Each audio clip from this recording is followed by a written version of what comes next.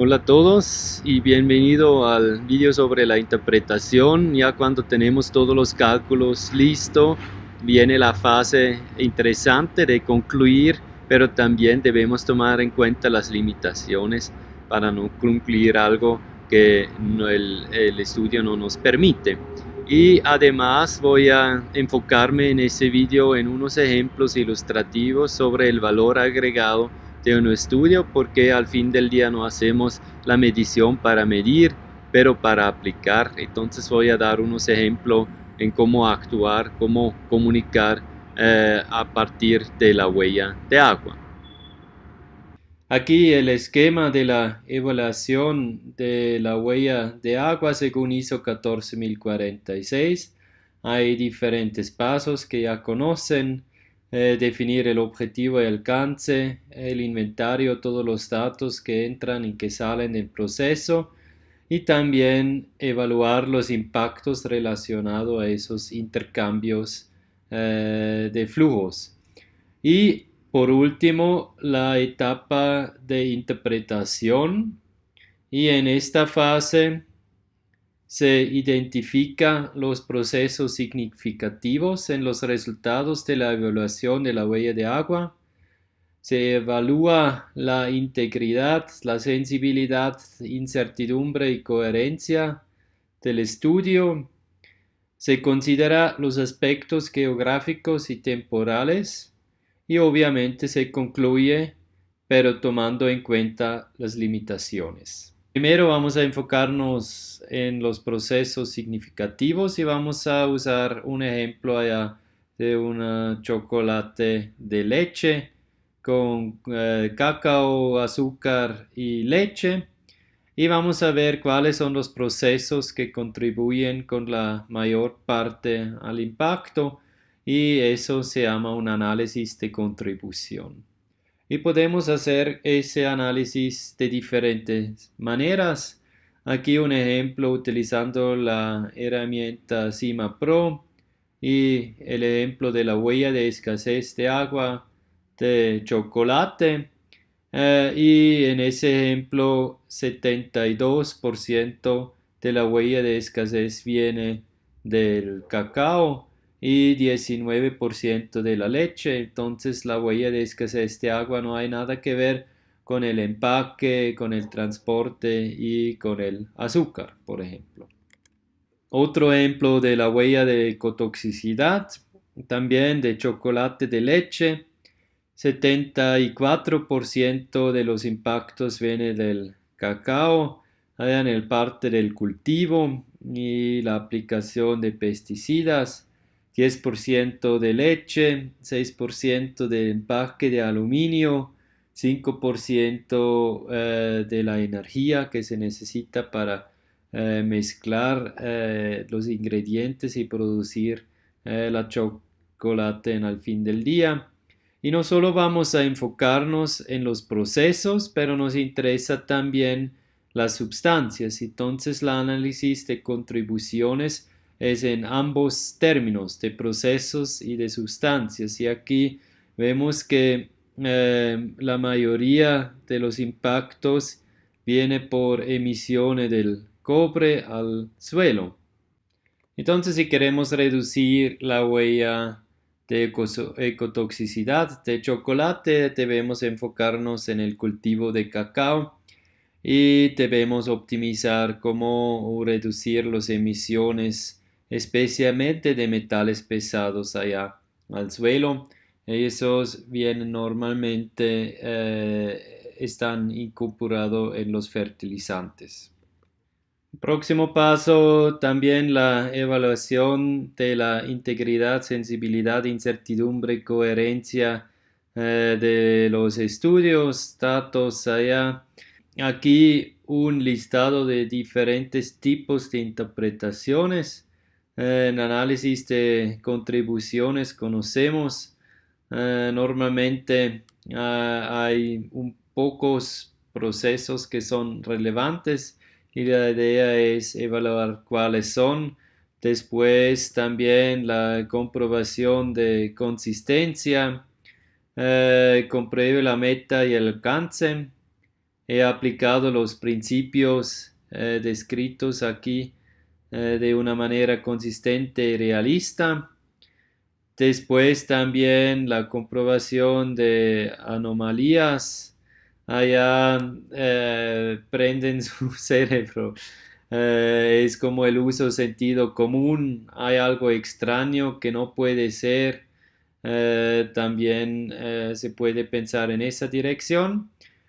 También hay a veces un desajuste entre el inventario y la evaluación de los impactos porque no por todas las emisiones hay un factor de impacto. Entonces, si tenemos un pesticida raro allá con una emisión donde no hay como un factor de impacto, tal vez se pierde algo. Entonces, les recomiendo ver si hay como ese ajuste entre todos los flujos de inventario, tienen como una evaluación de los impactos.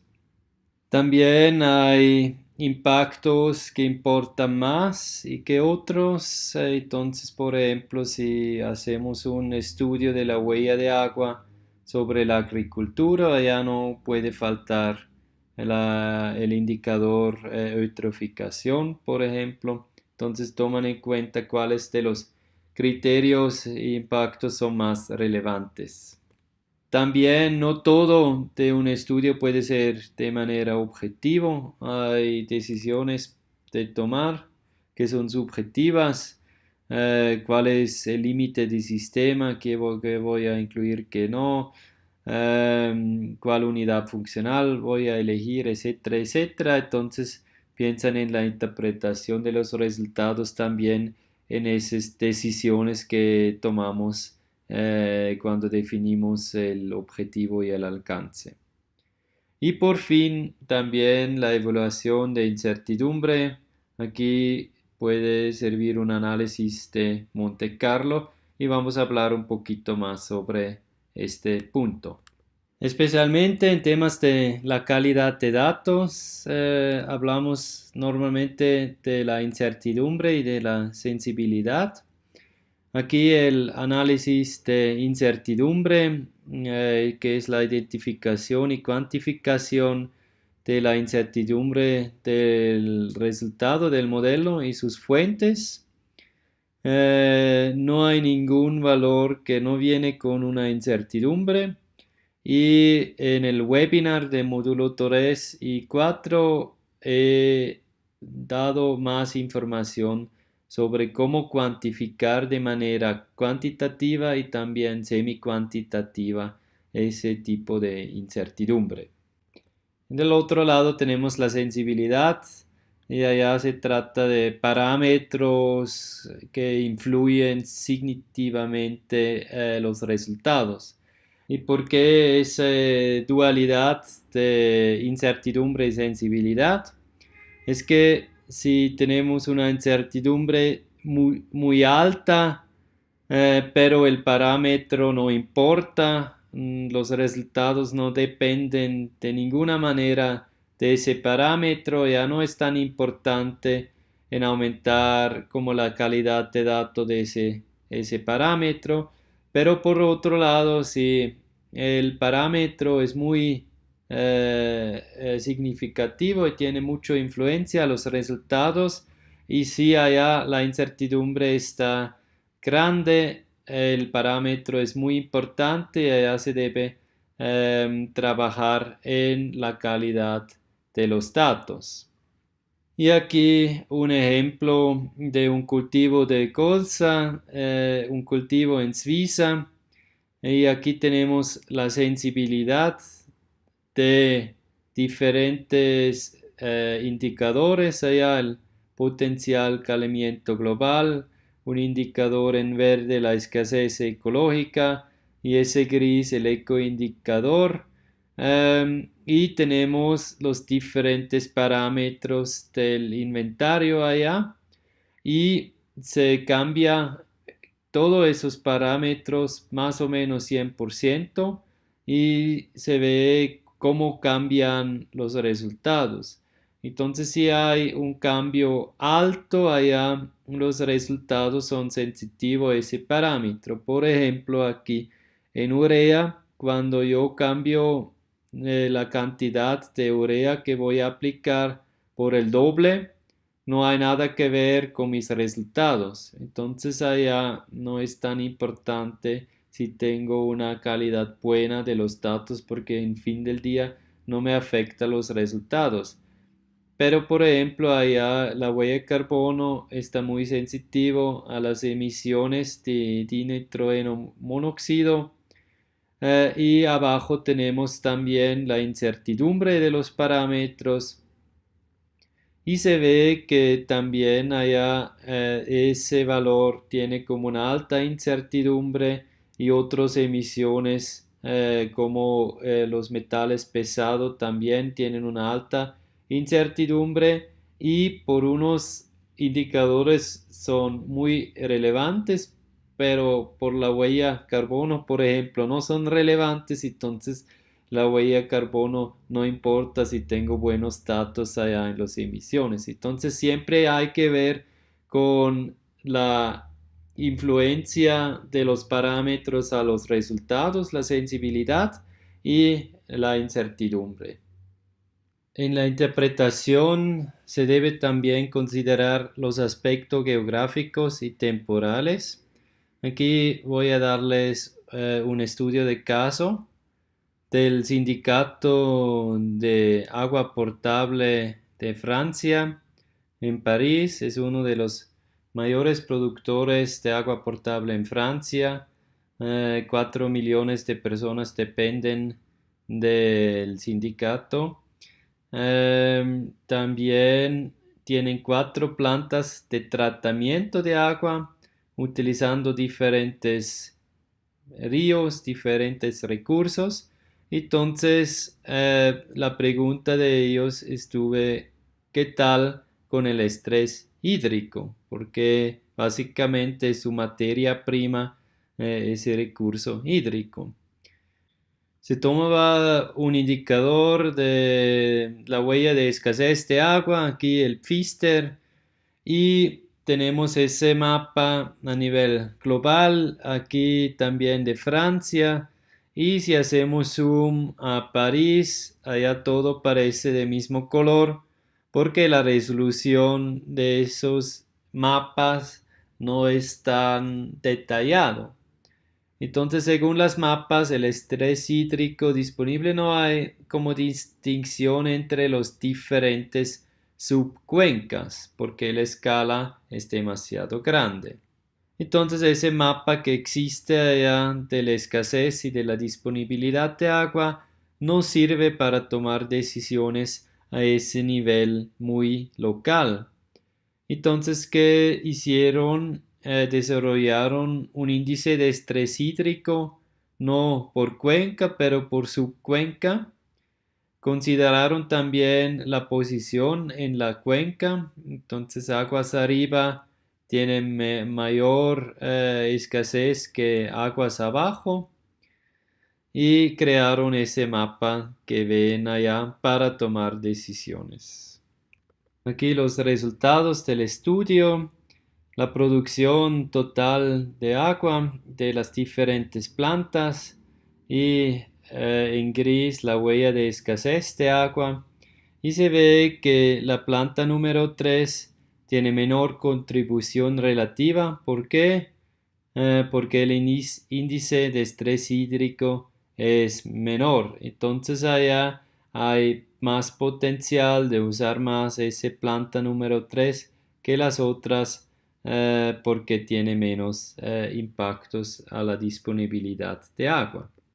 Esos resultados son todavía con un promedio anual, pero para tomar decisiones y para mitigar riesgos y estreses hídricos y aumentar la disponibilidad de agua para los usuarios, se debe tomar en cuenta también los aspectos temporales y por eso adaptamos el modelo del estrés hídrico con datos reales, flujos reales, del caudal en metros cúbicos por segundo. Esta información está medido, disponible. Entonces esa información del caudal del mapeo de cuando hay estrés, con esa información se puede adaptar los modelos de estrés hídrico, se puede desarrollar un modelo de optimización para tomar decisiones en tiempo real dependiendo del caudal, en cuál planta se debe tratar, en cuál periodos, por ejemplo, cuando hay sequía. Entonces eso es un buen ejemplo cómo puede un estudio de la huella de agua ser más adaptado al contexto local, más regionalizado, y también cómo se puede tomar en cuenta aspectos temporales hasta al tiempo real para implementar un sistema de gestión de agua. Y por fin concluir y tomar en cuenta las limitaciones. Limitaciones son obviamente que esos estudios solo toman en cuenta impactos relacionados al agua y impactos al ecosistema y la salud humana. No se considera aspectos sociales y económicos ni otros impactos ambientales. Entonces allá hay otras herramientas y esos aspectos se debe tomar en cuenta también para tomar decisiones. Y también hay mucho más aspectos relacionados al inventario, que no tenemos datos buenos, no todos los procesos, flujos, etcétera. Y muy importante, si hablamos de impacto, siempre hablamos de impactos modelados, de impactos potenciales y no son impactos reales. En la parte de conclusión también es importante no solo en pensar en la evaluación de la huella de agua, pero calculamos para hacer algo, para comunicar algo, para gestionar el agua mejor. Entonces también se debe pensar en los pasos siguientes, cómo actuar, cómo comunicar los resultados para que el estudio tiene un valor agregado para la empresa o el gobierno. Y el ejemplo cómo actuar voy a ilustrar con un ejemplo de Pernod Ricard.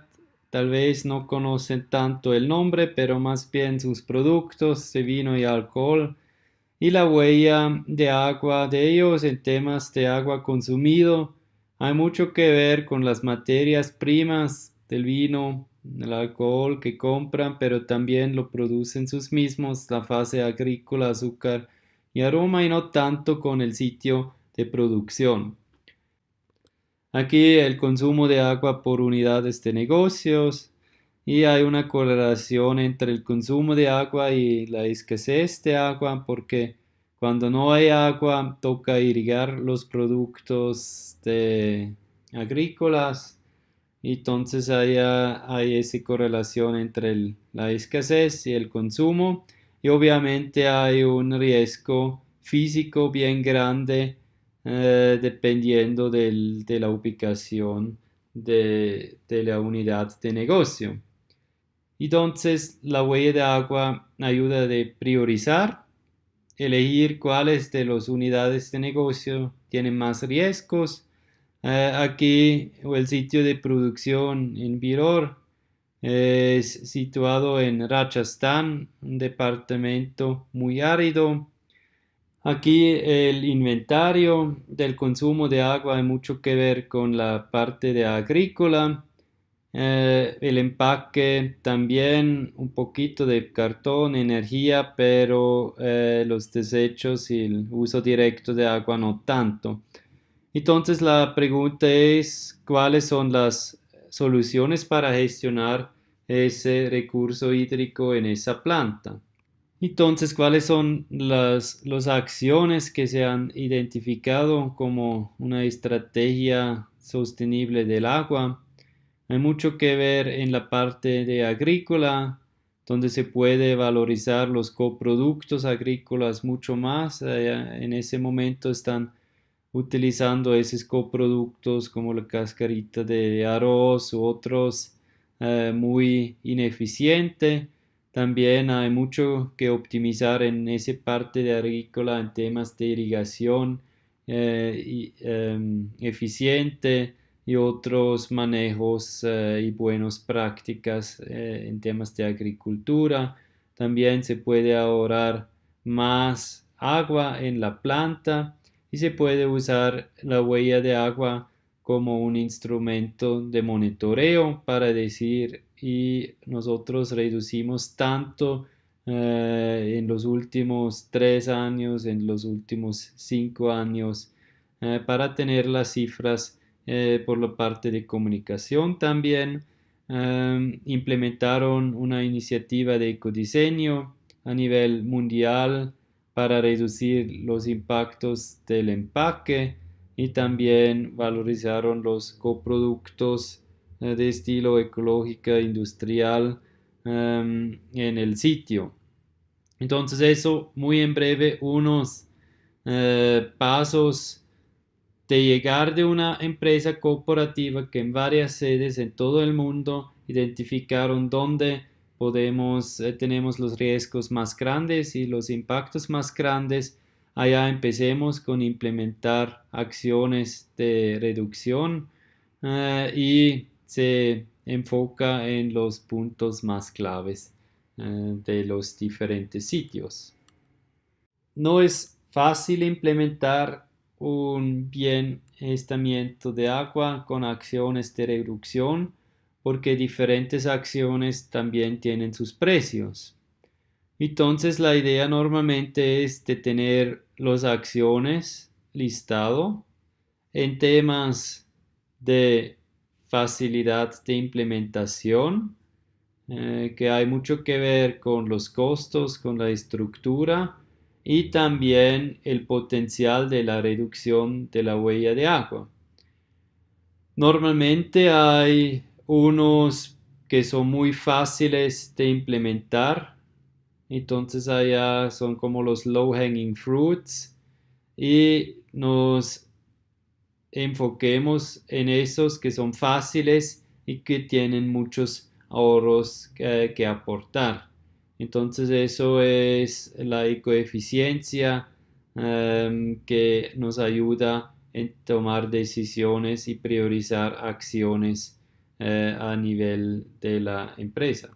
Otro ejemplo que ya conocemos del módulo número 1 de la comunicación, Biotherm, el champú, para identificar los puntos claves de la huella carbono y de agua. Tienen mucho que ver con los impactos durante el uso del producto y del fin de la vida del producto.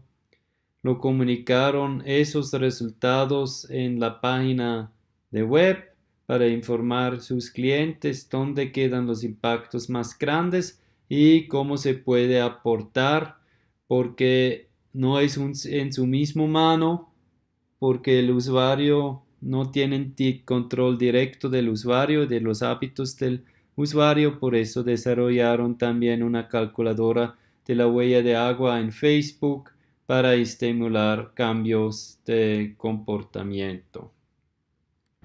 Entonces, para concluir la parte de interpretación, no solo es 3 es mejor que 2, pero viene con mucho más aspectos. Debemos tomar en cuenta los procesos y las sustancias que contribuyen significativamente al impacto, a los riesgos, también todas las incertidumbres, la sensibilidad, la coherencia, la calidad de datos y también otras limitaciones de estudio para concluir de una manera que es como se debe. Y también no solo es medir para medir, es medir para algo, para aplicar, para actuar, para gestionar, para comunicar, para tener el valor agregado que queremos desde el inicio del estudio, sea una empresa, sea el gobierno, sea un consumidor.